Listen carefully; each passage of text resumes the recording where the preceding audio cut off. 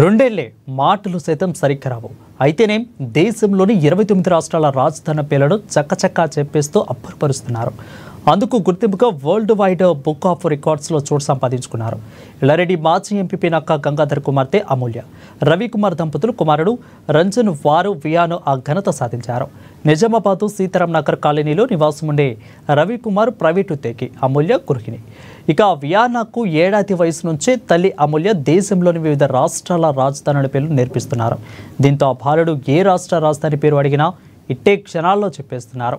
విషయం తెలుసుకున్న world wide book of record ప్రతినిధులు గత మే నెలలో నిజామాబాద్ జిల్లా కేంద్రానికి వచ్చి చిన్నారి ప్రతిభను పరీక్షించారు.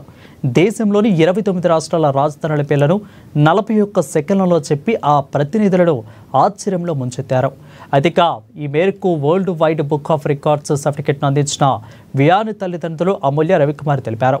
ప్రపంచ రికార్డును సొంతం చేసుకున్న చిన్నారి తల్లిదండ్రులను పలువురు అభినందిస్తున్నారు. हिमाचल प्रदेश, झारखंड, कर्नाटक, केरला, मध्य प्रदेश, मध्य महाराष्ट्र, मणिपुर, मेघालय, मिजोरम, नागालैंड, ओडिशा, पंजाब, राजस्थान, सिक्किम, तमिलनाडु, तेलंगाना, श्रीपुरा, उत्तर प्रदेश, उत्तराखंड, वेस्ट बंगाल.